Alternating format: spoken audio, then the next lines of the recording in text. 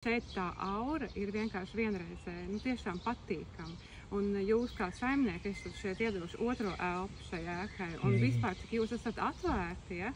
Un tāpēc arī, manuprāt, cilvēki nāk šeit. Viņiem šeit patīk būt, jo es šeit esmu kādu ilgāku laiku, ja? Es šeit pat netālu dzīvoju.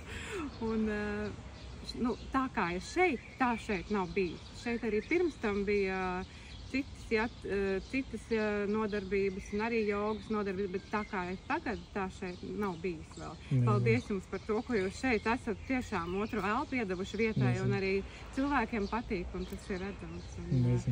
Es esmu laimīga, ka es esmu nokļuvusi šeit. Es nāku šeit tāpēc, ka šī vieta ļoti atšķirās tādā pozitīvā ziņā un arī enerģijas ziņā atšķirās.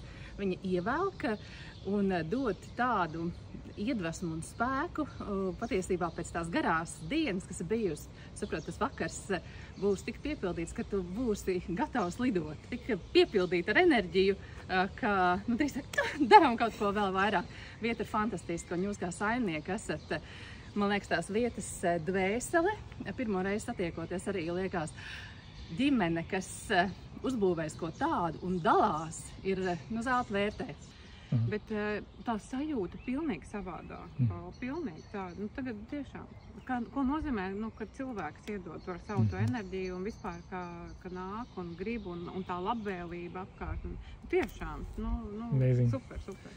Es jūtu to enerģiju no šiem kokiem, reāli es jūtu no tiem ozoliem, tādu tā kā aizsardzību, tādu tā kā gudrību, bet tas viss dod tā kā iekšā, es to reāli jūtu.